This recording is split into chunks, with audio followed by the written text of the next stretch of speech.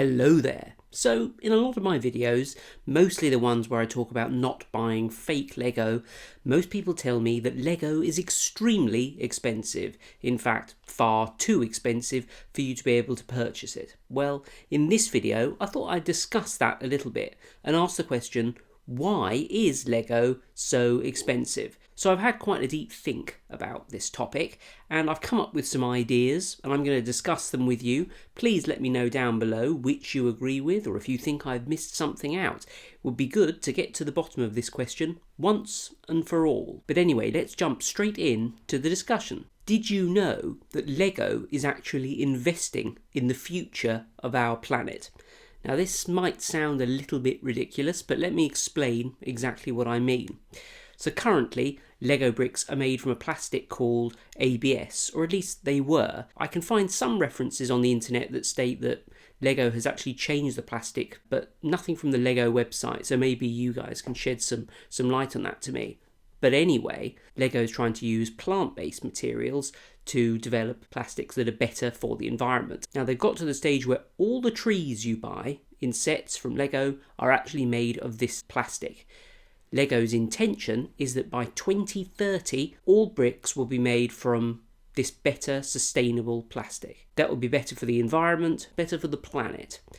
Now obviously, development like this isn't cheap. It's going to cost them hundreds of millions of pounds, and obviously Lego is going to push those costs onto us, but you have to really ask yourself, do I want to save the environment and not die in a fiery ball of heat and terror, or do I want to pay a little bit extra for my Lego sets? Worth thinking about, I think. Now the next issue is inflation. Things don't actually stay the same price year on year forever. For example, in the UK, in 1950, the average house price was about £2,000. But currently, in 2019, the average house price is well over £200,000. So you might think, wow, it must be impossible for people to buy houses. Well, actually, this was a bad example because it is actually quite difficult for people to buy houses. But let's ignore those complex issues for a second and think about salaries. So the average salary in the 1950s per week was £7, but nowadays it's about £550. So you can see that salaries have gone up and house prices have gone up. It's called inflation and things do go up in price. So it's not surprising that Lego sets have gone up. Now obviously there are exceptions to this, things like technology, like computers. A computer was extremely expensive and unaffordable in the 50s, and now everyone's got a computer in their mobile phone. But anyway, Lego has gone up in price, and you would expect it to. So Lego's profits are also an issue. There have been news stories fairly recently saying that Lego's sales have fallen and therefore their profits have fallen. Now the way that big multinational companies work is that they want to make more money each year, and to do that they will increase the prices so that they make more money.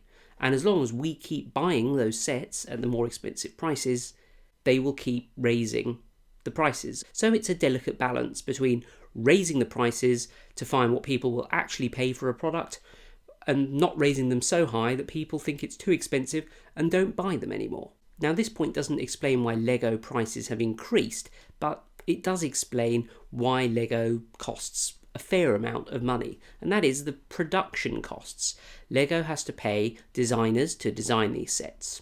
They also have to pay designers to design the box artwork, the instructions. There's logistical issues like actually shipping products to stores. Perhaps Lego is particularly expensive in your country.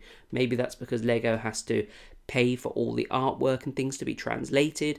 They maybe have to have an office based in your country. Maybe the taxes in your country are prohibitive, so it costs Lego more to actually be based in your country. And that's before we even get onto the topic of actually how they manufacture Lego bricks. There's all the machinery, the staffing costs, the plastics themselves, and all the development stuff, as I've mentioned, behind the scenes about sustainability in the future. So there are a lot of costs associated with the production of Lego, and that's why it is more expensive.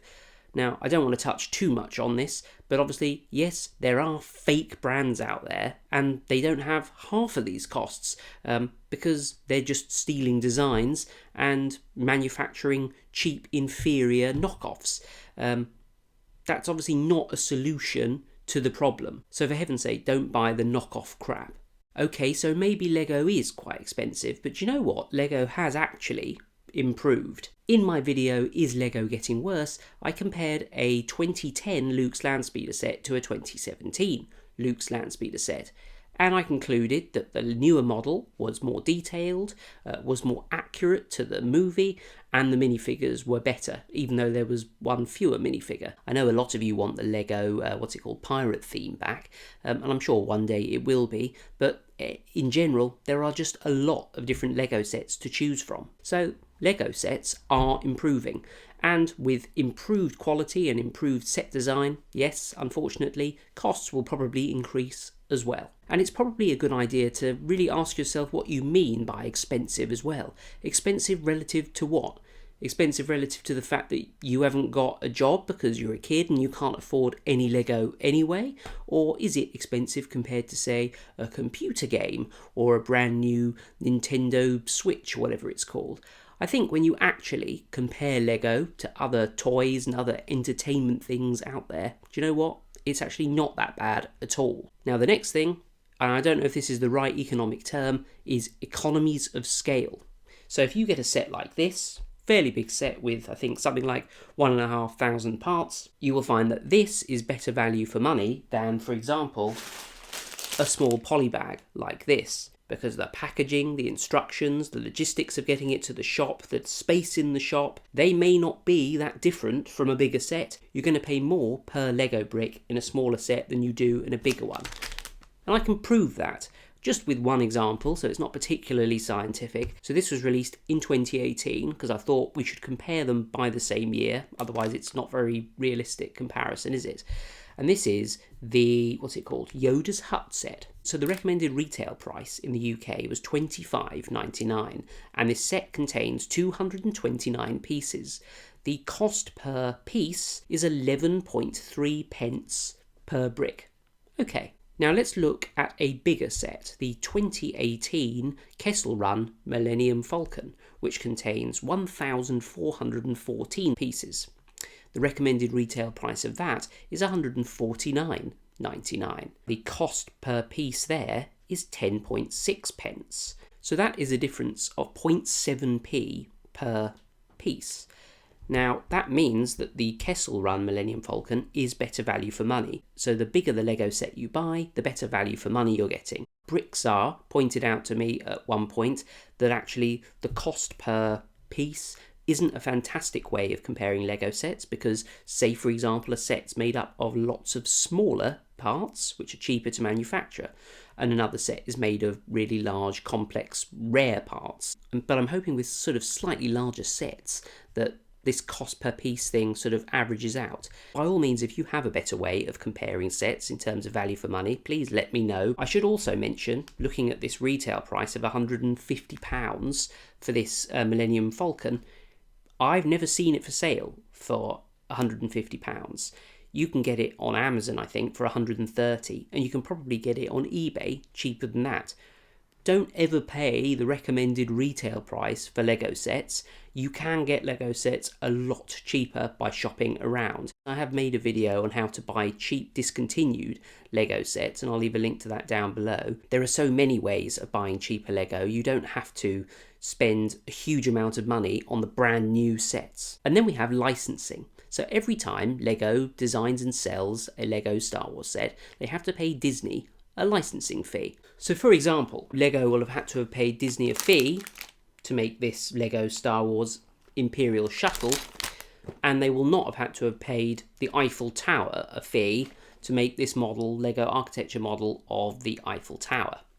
And we can use Brickset again to see how that licensing cost is reflected in the price. So here we have the Eiffel Tower, and the price per piece was 9.3 pence per piece.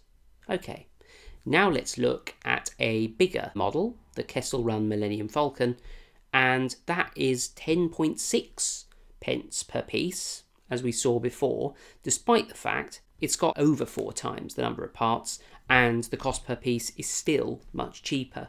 So even allowing for the complexity of some of the Lego parts, seems to me that this set is better value for money because you're not paying Disney the licensing fees. So it's worth bearing in mind.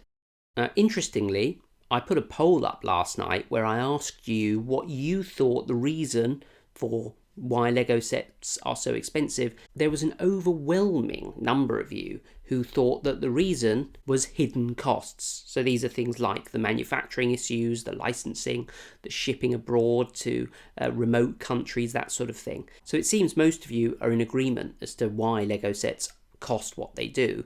But please let me know down below because I would like to have a little bit of a discussion about this. I think I'm off to go and build some Lego sets now. I'm going to leave some videos here which are relevant to this one, so do check those out because if you enjoyed this one, you'll probably enjoy those. Please give the video a thumbs up, subscribe for more of my amazing content, and I shall see you next time for another video.